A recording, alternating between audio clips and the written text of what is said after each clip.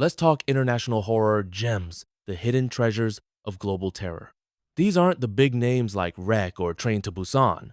These are deep cuts, cult classics, or overlooked masterworks that horror lovers whisper about but casual fans often miss.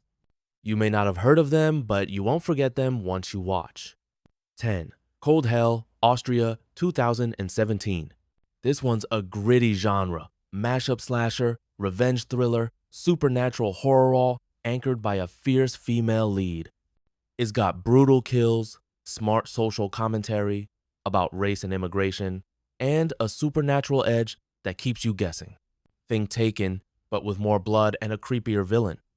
9. La Llorona, Guatemala 2019.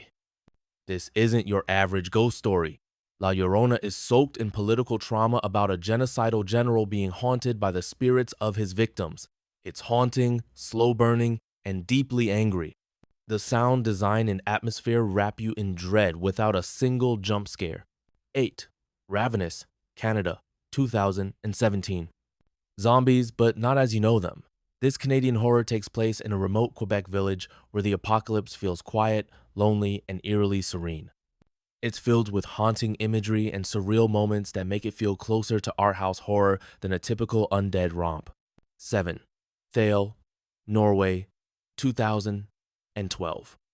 A unique little slice of Nordic folklore horror. Two guys stumble onto a mute forest creature in a hidden basement and things get strange. It's short, creepy, and carries an emotional, tragic undercurrent that makes you feel for the monster. Lovingly weird and atmospheric. 6. Lake Mungo, Australia, 2008. A mockumentary-style ghost story with real grief and real chills. As a family unravels the mystery behind their daughter's drowning, the film uses subtle, insidious horror to build dread. It's a slow burn, but the final images, they'll burn into your brain. One of the most underrated scares of the 2000s. 5. The Queen of Black Magic, Indonesia, 2019. Black magic, childhood trauma, creepy orphanages. This movie goes full throttle on disturbing imagery. The practical effects are gross in the best way, and the lore behind the horror is rich with Southeast Asian mysticism. Think Evil Dead meets The Orphanage, but much gnarlier. 4.